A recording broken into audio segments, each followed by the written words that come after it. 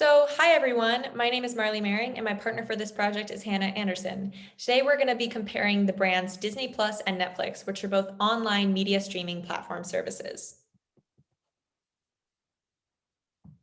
So first, I'm going to start by giving an overview, brief history of both Netflix and Disney Plus. So Netflix was founded by Reed Hastings and Mark Randolph in 1997. Their original business model was to rent DVDs online and both receive and return by a mailing service. As technology began to develop, they switched their brand to a streaming service, and because of the time and the era, they were one of the first big companies to start the streaming service. So subscribers now at Netflix, instead of doing that mail-in process, purchase a per month service that is a set fee, and they have access to every piece of content that Netflix offers.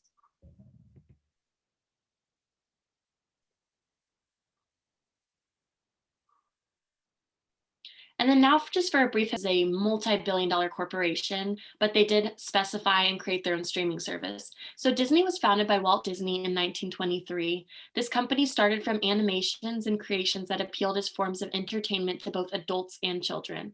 They progressively expanded into other markets and are known for amusement parks, hotels, experiences, and curated entertainment.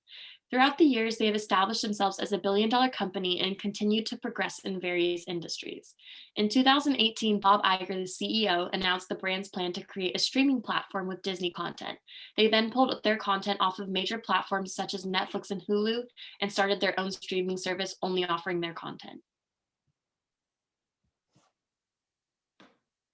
So now, just looking at the financial scope of both companies, the streaming industry as a whole is valued at $11.50 billion. So during the pandemic, streaming had increased by a total of 61%, meaning there were more users using streaming platforms. Netflix has already established itself as the top competitor as they have content that satisfies a majority of niche markets. Part of their mission is to provide curated content to all users and subscribers. This allows Netflix to have a wider reach and, in turn, more subscribers. So, right now, there are currently 203.67 million subscribers at Netflix. Meanwhile, Disney Plus only has 94.9 million. So, Disney Plus is newer since it was founded in 2018, and it's one of the brand new streaming services on the streaming platform. Their target audience is majorly focused towards children and teenagers, which leads to a smaller subscriber base with that targeted market. So currently, Netflix is worth $239.46 billion, where Disney Plus is worth $188.50 billion. So you can see by looking at the numbers that Disney Plus is growing and increasing, but Netflix still has them beat.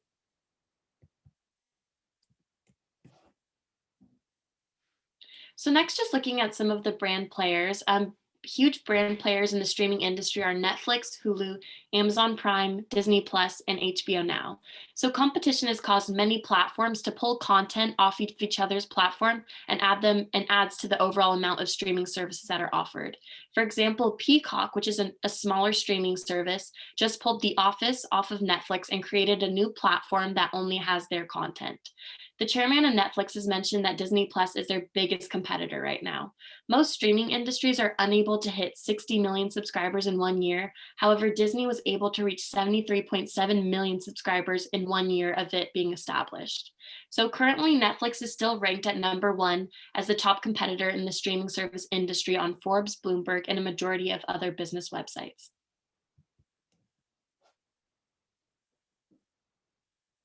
So now, just quickly looking at the target market characteristics and market breakdown.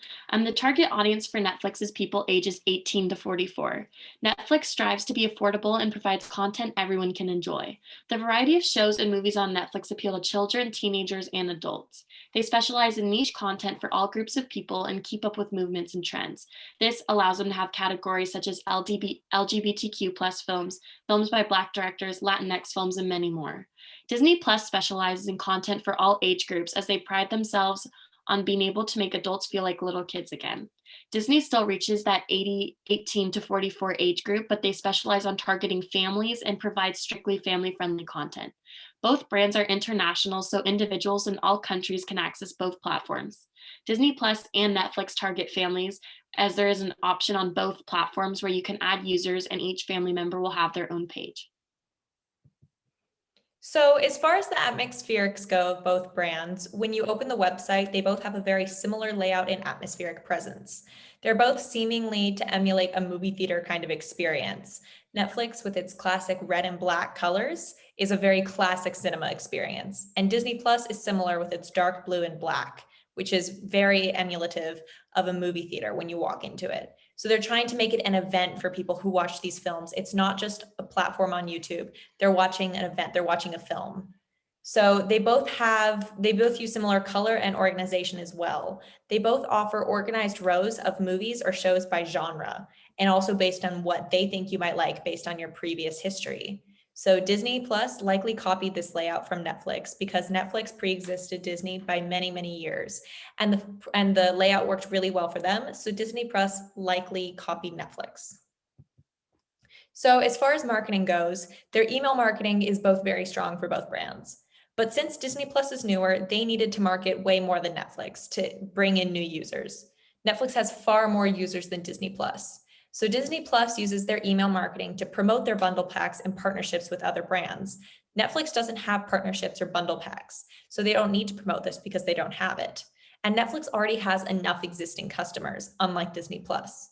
So Disney Plus email marketing is targeted at gaining more customers versus Netflix's, which is targeted at encouraging existing users to use their platform more often.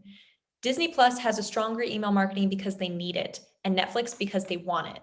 As you can see from the examples on the left, Netflix, a lot of their email marketing is about new shows and new content they have. It's not really focused at new users of Netflix. Whereas Disney Plus is obviously marketed towards non-existing users of Disney Plus, trying to gain more subscribers. So price comparison versus quality of services. Disney Plus charges $7.99 a month and offers 7,500 TV show episodes and 500 movies. Netflix charges $8.99 a month and offers over 15,000 titles, including TV shows, movies, and original content. Disney Plus partners with ESPN and Hulu for their bundle pack, which costs $14 a month. But even so, the selection of all the titles from all three of these platforms put together is still less than the amount of titles that Netflix offers. Disney Plus charges almost as much as Netflix for far less content. Disney Plus can do this because existing users of streaming platforms such as Netflix are accommodated to using this price. So when they see this price, they automatically equivalate the value with the quality rendered. So they're used to paying $8.99 a month for Netflix. So $7.99 is a deal when they're joining Disney Plus. Plus, that's what they're used to paying, so that's what they're going to pay. And Disney can charge this for far less content because they know users will pay it for their content, and because that's what other people have paid on the other streaming services. So thank you so much for listening to our presentation today. We hope you took away some of the differences between Disney Plus and Netflix. Thank you very much.